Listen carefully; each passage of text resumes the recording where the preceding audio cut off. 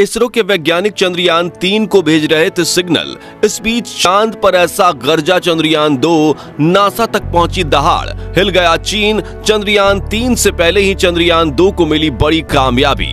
पहले चांद की सतह पर बर्फ और फिर बाहरी वातावरण में खोज डाली ऑर्गन 40 गैस। दोस्तों, आज से करीब 4 साल पहले यानी 7 सितंबर 2019 के दिन इसरो टीम अपने दिल पर पत्थर रखकर एक ऐसा खबर सुनाती है जिससे पूरा भारत मायूस हो गया था। दरअसल उस दिन चांद पर गया भारत का मिशन चंद्रयान-2 लैंडिंग के दौरान फेल हो गया था।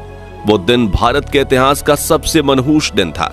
लेकिन उसी दिन इसरो ने यह ठान लिया था कि चांद पर चंद्रयान-3 को भेजकर चंद्रयान-2 के अधूरे मिशन को पूरा करेंगे। और 4 साल तक दिन रात मेहनत करने के बाद इसरो ने पिछले दिनों चंद्रयान-3 को लॉन्च कर दिया है, जो कि धरती का 5वां चक्कर लगाते हुए चांद की तरफ आगे बढ़ रहा है। लेकिन इस बीच एक ऐसी खबर आ रही है जिसने नासा और चीन को हैरान परेशान कर दिया है। तो क्या है वो खबर?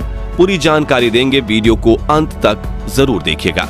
दरअसल इसरो का दूसरा मून मिशन चंद्रयान-2, जिसे फेल बताया जा रहा था, वो अब अपनी गहरी नींद से जाग चुका है और ऐसी करामात करके दिखा रहा है जिसे देखकर दुनिया की सभी स्पेस एजेंसीज हक्की बक्की हो गई हैं।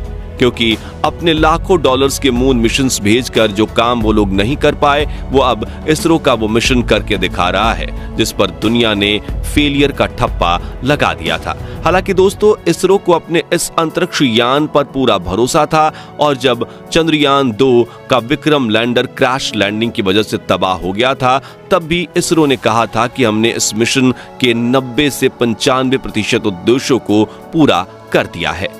यानी चंद्रयान-2 मिशन पर इसरो ने जो 5 साल और 978 रुपए झोंक दिए थे, वो पूरी तरह से बर्बाद नहीं हुए हैं। लेकिन उस वक्त नासा, चीन, सोवियत यूनियन और यूरोपियन स्पेस एजेंसी का मानना था कि चंद्रयान-2 ने अपने मुख्य उद्देश्य यानी लैंडिंग करने को पूरा नहीं किया है। मगर अब चंद्रयान-2 के ऐसे करामात हो गए हैं जिन्हें देखकर इन सभी की बोलती बंद हो गई है। दोस्तों, बेशक चंद्रयान-2 का विक्रम लैंडर चांद पर क्रैश हो गया था और उसके उपकरणों ने भी काम करना बंद कर दिया था, लेकिन इस मिशन में इसरो ने सिर्फ लैंडर को ही चांद की सैर करने नहीं भेजा था, बल्कि लैंडर को चांद तक ले जाने वाला बड़ा हिस्सा यानी ऑर्बिटर उस वक्त भी सही सलामत था और 100 किलोमीटर इंटू 100 किलोमीटर की कक्षा में हमारे चंदा मामा की परिक्रमा कर रहा था। और बड़ी बात यह है कि इसरो ने उस ऑर्बिटर पर 1-2 नहीं बल्कि 8 एडवांस टेक्नोलॉजी वाले पेलोड यानी उपकरण लगाए थे, जो चांद के ऊपर ढकी सफेद चादर से अंदर झांककर इसके अंदर मौजूद खजाने से पर्दा उठाने के लिए पूरी तरह तैयार थे। उस वक्त इसरो के वैज्ञानिकों ने यह बताया था कि चंद्रयान-2 का ऑर्बिटर बिल्कुल सही सलामत है और ये पूरे 7.5 सालों तक बिना थके चांद के चक्कर लगाता रहेगा और हमें चांद के बारे में डेटा भेजता रहेगा। लेकिन दोस्तों, वो समय ऐसा था कि लोगों की नजर सिर्फ चंद्रयान-2 के लैंडर पर टिकी हुई थी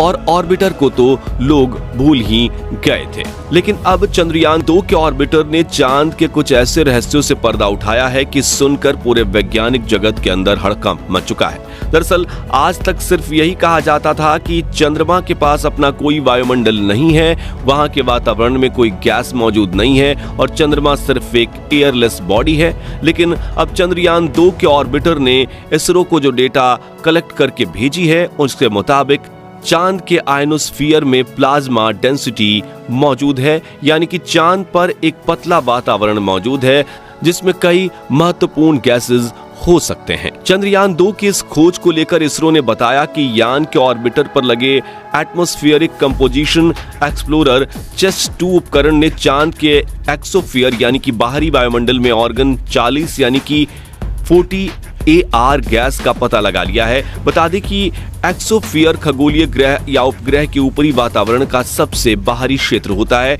और यहीं मिली ऑर्गन 40 गैस की खोज से हमें चंद्रमा के बाहरी वातावरण के बारे में जानने में काफी मदद मिलने वाली है। इस खोज के बारे में आगे बात करते हुए इसरो के वैज्ञानिकों ने बताया है कि चंद्रयान-2 ने यह ऑब्जर्व किया है कि दिन और रात के दौरान इस ऑर्गन 40 गैस में भिन्नता दिखाई दी है। उनके मुताबिक जब चंद्रमा पर दिन होता है तो ये गैस कंडेंस हो जाती हैं, आसान शब्दों में गाढ़ी होकर जम जाती हैं और जैसे ही दिन होता है ये एक वायु की तरह ही रिलीज होकर वातावरण में रिलीज होने लगती हैं। दोस्तों, ये चंद्रमा के वातावरण की सबसे बड़ी खोज इसलिए मानी जा रही है क्योंकि अगर यहाँ ऑर्गन 40 गैस मौजूद है तो हो सकता है कि डीप ऑब्जर्वेशन करने पर हमें चंद्रमा के वातावरण में मौजूद शेष गैसों के बारे में भी पता लग सके।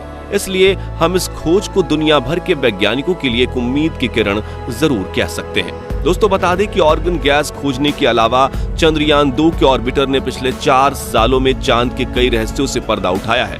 उसके बारे में शायद हर भारतीय नहीं जानता होगा, लेकिन चंद्रयान 2 की हर खोज को देखकर काफी लंबे समय से नासा और चीन पानी पानी हो रहे हैं। जैसा कि चंद्रयान 2 के ऑर्बिटर पर OHRC यानी ऑर्बिटर हाई रेजोल्यूशन कैमरा लगा हुआ है, जो 100 किलोमीटर की ऊंचाई से भी चांद की बारीक से बारीक तस्वीरें खींच रहा है और इसने चांद के कई बड़े क्रेटर्स का पता लगाकर फोटोज के जरिए इनकी मैपिंग भी कर ली है। जैसा कि आप इस फोटो में चांद का जो क्रेटर देख रहे हैं उसका नाम मित्रा है, जिसका नाम भारत के जाने माने फिजिसिस्ट सीसी कुमार मित्रा के नाम पर रखा गया है। 92 किलोमीटर चौड़ा यह क्रेटर चांद की वेस्ट साइड पर मौजूद है। इस तरह चंद्रयान 2 की मदद से चांद के छोटे मोटे क्रेटर्स और पहाड़ के हाई रेजोल्यूशन फोटोज इकट्ठा कर लिए गए हैं और इसने चांद की सतह का नक्शा बना दिया है, जो न सिर्फ चंद्रयान 3 बल्कि भविष्य में होने वाली सभी मून मिशन में काम आने वाले हैं। इसके अलावा दोस्तों, चंद्रयान 2 पर एक्सरे स्पेक्ट्रोमीटर नाम का एक उपकरण भी लगा हुआ है, जिसने चांद की सतह पर क्रोमियम, मैग्नीज और सोडियम जैसे मूल्यवान खनिजों का पता लगाया है। वहीं साल 2009 में चंद्रयान 1 ने चांद की सतह पर पानी की खोज की थी, लेकिन कई वैज्ञानिक चंद्रयान 1 की खोज से संतुष्ट नहीं दिख रहे थे। लेकिन चंद्रयान 2 के ऑर्बिटर पर लगे इंफ्रारेड स्पेक्ट्रोमीटर उपकरण ने चांद की सतह पर हाइड्रोक्सिस और वाटर आइस होने के बाद पर ठप्पा लगाकर उन सभी के मुंह को बंद करवा दिया है जो इस बात से इनकार कर रहे थे। दोस्तों, इसके अलावा चंद्रयान 2 पर एक ऐसा उपकरण लगा हुआ है जो चांद नहीं बल्कि सूरज की स्टडी करता है। जी हां, हम मजाक नहीं कर रहे।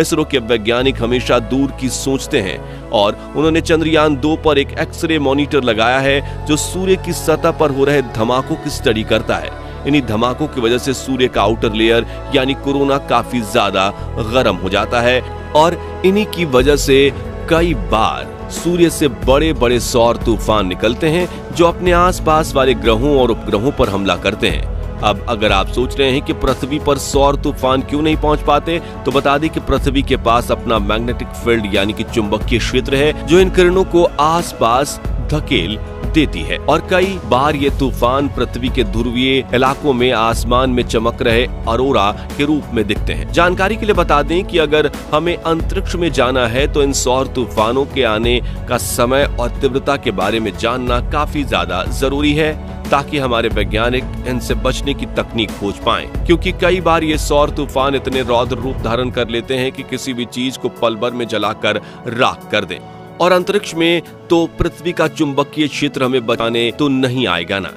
आखिर में दोस्तों, चंद्रयान 3 से जुड़े अपडेट की बात करें तो चंद्रयान पृथ्वी को अलविदा कहते हुए चांद की तरफ जाने वाले हाईवे को पकड़ने वाला है, जिसके लिए बेंगलुरु में बैठे इसरो के वैज्ञानिक 1 अगस्त के दिन बटन दबाकर चंद्रयान 3 के सभी इंजन को पूरी क्षमता के साथ ऑन करने वाले हैं ताकि चंद्रयान धरती की गुरुत्वाकर्षण कक्षा से बाहर निकलकर चांद तक जाने के अपने सफर में आगे निकल जाए, जिसके बाद चांद पर पहुंचकर चंद्रयान 3 का प्रपल्शन मॉड्यूल इसके लैंडर को खुद से अलग कर देगा, जो कि चांद के दक्षिणी ध्रुव पर लैंडिंग करके चंद्रयान 2 के बचे हुए मिशन को पूरा करेगा। तो दोस्तों, चंद्रयान 2 की इस करामात को लेकर आपका क्या कहना है, कमेंट करके जरूर बताएं और वीडियो पसंद आई हो तो इसे लाइक और शेयर जरूर कीजिएगा। साथ ही इसरो के चंद्रयान 3, आदित्य L1 और गगनयान जैसे बड़े मिशन की पल पल की खबर जानने के लिए हमारे चैनल को सब्सक्राइब करके पास वाली घंटी जरूर दबा दीजिए। धन्यवाद।